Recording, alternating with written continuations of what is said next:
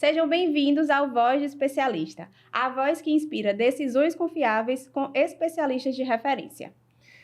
E hoje, no nosso primeiro episódio, eu tenho o prazer de chamar a nossa doutora Thaís Ximenes, minha amiga e irmã. Se apresenta aí, Thay, conta aí pra gente qual a sua especialidade, qual a sua história, o que é que você veio falar aqui hoje? Vamos lá. Eu sou Thaís Ximenes, sou médica oftalmologista, especialista em córnea, cirurgia refrativa e lente de contato. Eu sou formada pela Escola Baiana de Medicina desde 2011, fiz minha residência médica no Hospital das Clínicas, na Universidade Federal da Bahia, onde eu também fiz a subespecialidade em córnea e lente de contato. Atualmente, eu trabalho especialmente com pacientes com ceratocone, na reabilitação visual desses pacientes, com a adaptação de lentes de contato especiais e a realização de crosslink. Eu atuo também nas doenças da superfície ocular e no tratamento do olho seco. Atuo também na cirurgia refrativa e entrego aos meus pacientes a possibilidade de uma melhor qualidade de vida vivendo independente dos óculos. Trabalho também no controle da miopia e no tratamento das doenças da superfície ocular e do olho seco. Além disso, eu trabalho na adaptação de próteses oculares, fazendo a reabilitação social e entrega de uma autoestima àqueles pacientes que precisam de uma adaptação de prótese ocular. Ser médica me transforma, me desafia e me dá propósito. E eu refaço essa escolha todos os dias. E acredito que através do meu trabalho eu consiga transformar muitas vidas. Excelente. Thaís, você falou pra gente que uma das suas subespecialidades é córnea. Então, Sim. Explica pra gente um pouquinho o que é a córnea. Bom, eu costumo falar para os meus pacientes que a córnea é como se fosse o vidro do relógio, né? Então, a córnea é a parte da frente do olho, que é uma estrutura que precisa ser transparente para que a função dela seja exercida de forma plena. Então, costumo dizer que a córnea é a parte mais importante da visão, apesar de que, claro, para a visão funcionar de forma plena, é todo um conjunto, né? Então, em resumo, a córnea é como se fosse o vidro do relógio. Eu tenho uma dúvida. Acho que eu, assim como uma grande parte da população, tenho um péssimo hábito de coçar os olhos. Sim. Isso é normal? Ou tem alguma coisa que a gente possa fazer para mudar essa postura ou esse hábito? Sim. Na verdade, coçar o olho não é normal. Se está coçando, tem algum problema. E a gente precisa identificar qual é esse problema. Então, a coceira, muitas vezes, é só um sintoma de algo maior, que pode ser uma causa alérgica, ou o que a gente chama de blefarite, que é uma inflamação da borda palpebral, na verdade, que vem associada a uma caspinha. E essa caspinha, essa inflamação gera uma coceira persistente. Então, muitas vezes o paciente fala que é aquela coceira gostosa, é aquela coceira difícil de parar de coçar, né? Mas o que eu sempre costumo falar é, se coça, vai ter consequência. E a gente precisa cuidar. Certo. Pois é. E engraçado essa coisa do coçar, né? Que é uma queixa realmente muito frequente no dia a dia. Eu trabalho mais com a parte de pálpebra, a coceira vai impactar na minha área também. E, recentemente, eu atendi uma paciente que ela veio para avaliar a questão da pálpebra, mas a principal queixa dela era a coceira. Ela falava, doutora, pelo amor de Deus, me livra dessa coceira que eu tenho desde a adolescência, que me acompanha e que eu não aguento mais coçar os olhos. E o oftalmologista, de modo geral, ele tem que olhar muito para isso, né? Até porque um dos principais impactos de coçar muitos olhos é o ceratocone, que é algo que pode, né, causar diversos problemas para os pacientes. Então, explica aí para a gente o que é o ceratocone, o que é que causa o ceratocone e quais as consequências que eles podem ter na vida dos nossos pacientes. Perfeito, Lari. É exatamente isso. Então, o ceratocone é uma alteração que acontece na córnea, onde a córnea ela vai sofrendo a alteração e vai ganhando um aspecto meio cônico. O próprio nome já remete à ideia, né? Então, a córnea ela vai ficando mais cônica, ela vai ficando mais afinada e isso traz consequência para a visão do paciente. Então, a gente precisa primeiro identificar o ceratocone, para depois a gente pensar na reabilitação visual desse paciente, o que pode ser feito e também estabelecer o tratamento necessário. E o que os pacientes sempre perguntam, né? E tem sintoma? Doutora, como é que eu vou saber que eu tenho ceratocone? Eu vou sentir alguma coisa? Então, em que momento o paciente tem que procurar o oftalmologista? Exatamente. Então, muitas vezes, não raro, na verdade, eu atendo pacientes que vêm e que nunca souberam que tinha alguma alteração na visão, né? Então, o ceratocone, os sinais dele são meio inespecíficos no início. É aquela visão mais embaçada, uma visão que fica mais turva, mas sempre pensar no paciente que coça o olho, né? Então, é importante visitar o oftalmologista para fazer essa avaliação inicial, porque se tratado no início, a gente consegue evitar a progressão da doença, né? Então, é sempre importante fazer as visitas e ficar atento aos sinais de alarme. Uma coisa também que eu lembrei, que sempre chama atenção e é muito comum a gente ouvir, é aquele paciente que fala, doutora, eu preciso trocar os meus óculos numa frequência muito rápida. Ou seja, o que é que tem por trás dessa afirmação? Significa que a córnea dele, ela está sofrendo alteração e o grau dele está mudando. Então, a gente precisa saber o motivo daquilo. Muitas vezes, sim, é uma alteração na córnea, que é o ceratocone. Thaís, se você pudesse hoje deixar uma mensagem para um paciente que tem ceratocone, que mensagem seria essa? Eu diria, com toda certeza, não coce os olhos. Não coce os olhos e não coce os olhos. Ok, entendido. Eu já, como você já falou até nesse instante, que você até faz um tratamento chamado crosslink, né? Exato. E o crosslink tem sido cada vez mais utilizado e divulgado, e a maioria da população nem sabe que ele existe ou que o ceratocone, né, pode ter algum controle. Então, explica aí pra gente o que é o crosslink, para que serve, né, o que é que ele pode impactar aí na vida dos pacientes. O crosslink é uma técnica cirúrgica, é uma cirurgia minimamente invasiva e ele tem um objetivo de evitar a progressão da doença. Então, assim, os efeitos do crosslink são muito positivos. Então, acredito muito no crosslink. Então, a gente faz o tratamento cirúrgico que é associado uma vitamina com uma luz ultravioleta, num tempo preciso, após uma avaliação criteriosa dos exames do paciente e fazendo esse planejamento. E o objetivo principal do crosslink é evitar que a doença piore, é retardar a piora da visão do paciente. Então, o crosslink, ele não tem o objetivo de recuperar a visão, mas ele tem o poder de evitar a piora da visão do paciente. Eu tenho outra dúvida. Posso tirar minha dúvida? Claro. Aproveitar a oportunidade. Recentemente, minha mãe, nossa mãe, ela fez a cirurgia refrativa, né? E eu perguntei para ela se ela sabia me dizer qual foi o procedimento e ela não soube me explicar muito bem. Então, aproveitando a oportunidade, você poderia explicar para a gente o que é a cirurgia refrativa?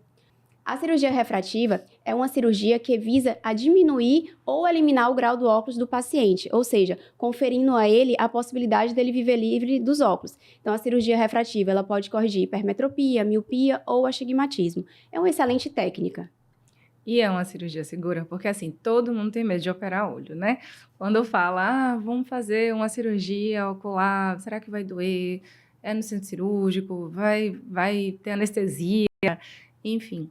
Então, a cirurgia refrativa é uma cirurgia segura, os pacientes, como é que eles se preparam para esse procedimento? Explica pra gente como é o dia da cirurgia, como é que vai ser aquele momento, o que é que ele pode esperar disso daí, até porque quando a gente conhece o que é que a gente vai fazer, quanto mais informação a gente tem, mais seguro a gente fica, né? A gente tem medo, na verdade, do desconhecido. Exato. Então, como é esse processo aí da cirurgia refrativa para acabar com esses medos? A cirurgia refrativa é uma cirurgia segura. Então, o que eu costumo explicar aos meus pacientes é que a cirurgia refrativa, quando bem indicada, ela é muito segura e garante a independência do óculos para o paciente. É uma cirurgia que é rápida, sim, é realizada em centro cirúrgico, tem anestesia tópica, o paciente fica mais sedado, ele fica com um soninho ali, mas eu preciso dele acordado. E é um procedimento rápido, a recuperação também é rápida, claro que varia um pouco da técnica, varia também um pouco da questão do paciente, dos cuidados pós-operatórios, mas sim, a cirurgia refrativa é uma cirurgia segura, quando bem indicada. Sim, com certeza. No caso, existe algum critério para o paciente ser submetido à cirurgia refrativa? Porque, por exemplo, eu tenho hipermetropia. Eu poderia fazer a cirurgia? Então, para fazer a cirurgia refrativa, sim, a gente precisa respeitar alguns critérios, como, por exemplo, idade maior do que 18 anos, a gente precisa também que esse grau esteja estabilizado e o principal é avaliar os exames do paciente, para saber se ele tem uma córnea que pode ser submetida ao laser. Então, após uma avaliação criteriosa dos exames e acompanhamento do paciente, a gente consegue indicar a cirurgia de forma segura. Entendi. Por exemplo, fazendo um link com o que a gente estava falando antes do ceratocone. Quem tem ceratocone, por exemplo, não pode fazer cirurgia refrativa, né? Então, quais são as coisas que contraindicam, né? Digamos assim, a possibilidade de fazer essa cirurgia refrativa? de modo geral, uma córnea irregular. Paciente que tem uma córnea que não é saudável, a gente não pode indicar a cirurgia refrativa. Então, o ceratocone, sim, é uma contraindicação. E os benefícios? Quais benefícios seriam esses da cirurgia? Eu costumo dizer que a cirurgia refrativa é uma cirurgia muito gratificante de fazer, porque o paciente, muitas vezes, ali já sai da maca e eles se emocionam, porque eles conseguem se livrar do óculos, né? Tem alguns pacientes que chegam, eles vêm para a primeira consulta com aquele óculos pesado e tem todo um estigma social envolvido, né? E depois da cirurgia refrativa, eles chegam com outro ar, com outro semblante, né? Porque tem um significado muito especial para eles. Que bom. Então, eu acho que eu ainda não posso fazer cirurgia refrativa, porque meu grau não está estabilizado. Mas eu espero um dia poder me livrar dos meus óculos. Conte comigo. E hoje tem outras possibilidades, né, de cirurgia também. Às vezes tinha um mito, tem que fazer até os 40 anos, por conta da questão do grau. Que depois a gente vai começar a ter a dificuldade para perto, né? Que é a dificuldade de leitura, que é o que aparece mesmo lá depois dos 40. Mas fala aí, para os 40 a mais que nos acompanham, tem ainda a possibilidade de fazer cirurgia refrativa? Sim, existe. O que a gente consegue ver hoje em dia é que a medicina é muito dinâmica, né? Então, toda hora aparece uma técnica nova, os lasers também são adaptados, são novos, né? A tecnologia, sim, avançou e as possibilidades, elas acabam se ampliando também aos nossos pacientes. Sim, que bom, que ótimo. E falando nessa questão também de óculos, né? De uso de lente de contato. Eu, por exemplo, uso lente de contato nos finais de semana, uso óculos ali no dia a dia, é a minha rotina, assim como muitos pacientes que a gente atende no dia a dia, né? E uma das queixas dos nossos pacientes com a dificuldade do uso de lente de contato é em relação às queixas de olho seco, que é algo que também incomoda muito no dia a dia. Então, assim, quais são as causas de olho seco? Como é o tratamento? O que é que a pessoa pode fazer? É qualquer colíriozinho que pega ali na farmácia, compra, aqueles famosos azulzinho. Como é que é, né? O que é que a gente pode melhorar e oferecer melhor para os nossos pacientes no dia a dia? Exatamente. O olho seco é uma doença que limita muito o paciente e impacta diretamente na qualidade de vida deles. E não precisa sofrer com olho seco, né? Então, a gente precisa avaliar a causa desse olho seco para poder estabelecer o tratamento correto e poder melhorar a qualidade de vida do paciente. Existem muitas causas, existem doenças que podem causar o olho seco, que a gente precisa identificar essa doença de base. Eu atendo muita mulher na menopausa, muita mulher queixosa do olho seco e do impacto que tem na qualidade de vida deles, né? Verdade. E hoje em dia os tratamentos se ampliaram muito e isso é muito bom. Então, dependendo do tipo do olho seco, a gente estabelece o plano de tratamento dele, que pode ser inicialmente com um colírio lubrificante adequado para aquele paciente. A gente também pode lançar mão de suplementos orais, tá? Sim. E hoje em dia a gente tem mais tecnologia para poder melhorar o olho seco. A gente tem o tratamento com a luz pulsada, o tratamento térmico. Então, assim, hoje em dia o paciente não precisa sofrer com olho seco. Tem tratamento para olho seco, tem solução para olho seco. A gente precisa avaliar e definir o tratamento adequado. E outra coisa também, em relação a essa questão voltando ao uso da lente de contato, que como eu falei, do mesmo jeito que o colírio, que muita gente chega na farmácia e quer comprar qualquer colírio, e não é qualquer colírio que é indicado para o caso dele, né? Tem que ter um tratamento adequado de acordo com o que o especialista avalia a causa. Da mesma maneira também a lente de contato. A pessoa pode chegar na ótica, eu quero usar lente de contato. Existem vários tipos de lente de contato. Então, explica aí pra gente os tipos de lente de contato, para que serve, né, cada um, e por que a importância da adaptação de lente de contato ser feita por um médico especialista. Excelente, Lari. Lente de contato é um ato médico. Lente de contato é excelente. Lente de contato dá a possibilidade ao paciente ter a independência dos óculos dele e viver uma vida melhor. Mas lente de contato precisa ser prescrita com o médico. Então, lente de contato é um ato médico, precisa ter responsabilidade e manter o acompanhamento do paciente. Então, não é uma coisa isolada que você vai lá, compra, coloca no olho e segue a vida. Não, lente de contato tem todas as suas implicações e a gente precisa ter esse cuidado, tanto na seleção da lente de contato quanto no cuidado depois do paciente. Então, o que eu vivo no consultório a gente tem aquele primeiro momento da adaptação da lente de contato e a gente tem encontros subsequentes, que é para saber se aquela lente está sendo segura para o paciente. Acima de tudo, é preciso ter segurança. E a gente tem, sim, as lentes de acordo com a demanda do paciente e com o problema do paciente. Por exemplo, no paciente com ceratocone, às vezes um óculos resolve, às vezes a lente gelatinosa também é capaz de dar uma boa visão para ele. Mas muitas vezes nós precisamos de lentes especiais, que são as lentes rígidas, às vezes até as lentes esclerais, que são lentes para aqueles ceratocones mais avançados. E em todos os casos, é preciso ter o cuidado do médico, o cuidado especializado do médico, para evitar que problemas maiores possam acontecer. E você falou aí de essas complicações, né? E aí, lá na residência, né, de oftalmo, que nós somos do Hospital das Clínicas, e um dos grandes traumas dos residentes eram justamente os pacientes com úlcera de córnea, que é uma coisa gravíssima e que eram muito associados a esse mau uso da lente de contato. Então, a gente via pacientes evoluindo para transplante, pacientes perdendo o globo ocular por conta desse uso incorreto da lente de contato. Então, né, quais são esses cuidados que a gente tem que ter no dia a dia com o manejo da lente? Pode usar soro fisiológico, pode dormir de lente, pode lavar com água de torneira. Água normal.